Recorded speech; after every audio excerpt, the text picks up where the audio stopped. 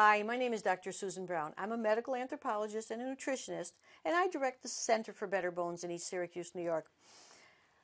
Our mission is to explore natural bone health and to help everyone have lifelong bone health. As I work with clients around the world, it's very fascinating the number of women who are worried about kyphosis. Kyphosis, as you might know, is a situation where you get a rounding of the spine, actually a Dowager's hump on the back.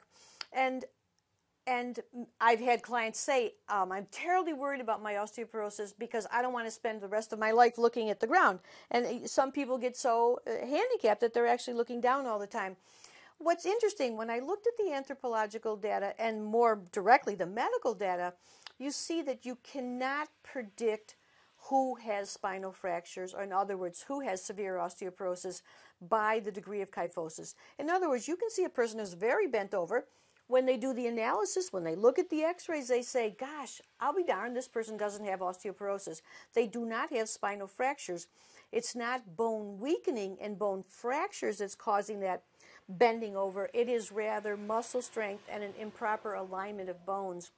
Today, I have with me an expert on alignment, on natural alignment of the bones and natural posture, Catherine Porter, and she's going to talk to us about how we can prevent kyphosis, how kyphosis develops, and how, even if you have kyphosis or heading in that direction, some simple things you can do. From my perspective, I want you to know that kyphosis does not necessarily indicate osteoporosis, and it's a very good opportunity to begin to look at how you can improve your postural situation with natural alignment. Welcome to our video. Thank you. Thanks so much. So talk to us about kyphosis. What have you learned in the years studying natural body alignment? Well, it appears that kyphosis is really a structural situation. Okay. And it occurs in women who have, and men, who have been, you could say, chronic butt tuckers for many years. Okay. Yes. So how is that? So, well, the reason is the pelvis is the foundation of support for the spine. Okay. So, if I stand sideways, and I have my pelvis in the correct position, then my legs are right underneath my body, like vertical pillars. Okay. If I tuck my butt like this, then my legs come out from underneath me. It's like living in a pole house with the legs crooked bend, poles. And now I lose the foundational support for my spine. So one of two things can happen. I either sink and collapse. Right, that's what you see very often, right? Or I try to remedy this or counteract it by pulling myself up and sucking my belly in. You know, there's instructions: tuck the tail, suck in the belly, lift up the chest, pull the shoulders back, which is what we are basically taught is good posture. This stance now still has a very key problem with it, which is that my legs are still not under me and my butt is tucked. So what I have to do is bring my pelvis back to this position so that my legs become pillars underneath me. And you're almost bringing your butt out a bit. You are bringing your butt out, you know, and these are things that are kind of conditioned into us, trained into us, you know, tuck your butt, but it's not a good idea. And my mother and my grandmother, my mother's mother, both apparently were butt tuckers for a long time because as they aged, this is what happened to them. My mother and my grandmother looked like this when they were in their 80s. And I was terrified of this. And so I started doing this.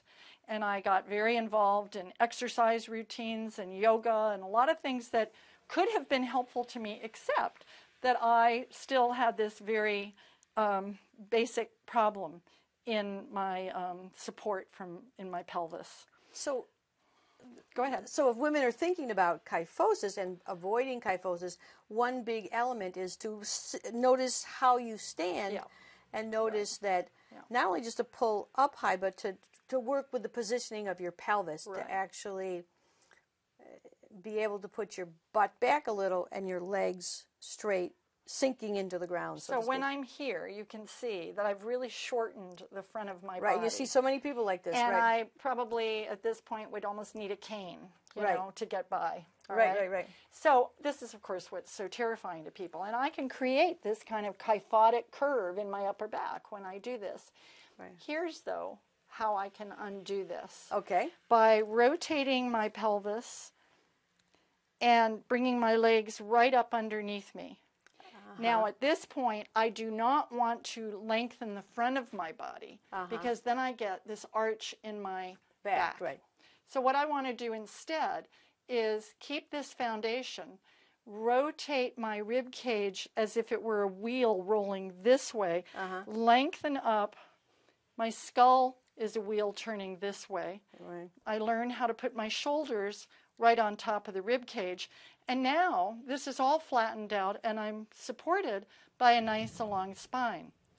The forces of gravity can now be distributed through this aligned body.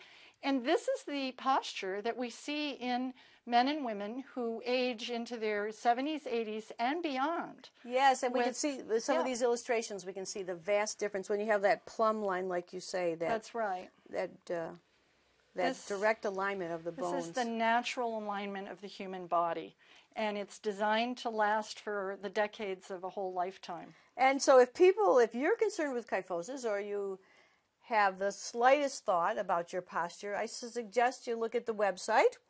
naturalposturesolutions.com has wonderful videos, wonderful instructions. Kyphosis need not be in your future, but perhaps you should think about building strong bones and having them properly aligned. Right, and this is not, I have to add, this is not a quick fix. It takes a certain amount of dedication and a willingness to be mindful of how we are inhabiting our body. But that's partly the silver lining of it. You learn these steps, you put them into practice, and it kind of anchors you into mindfulness while it helps straighten you up.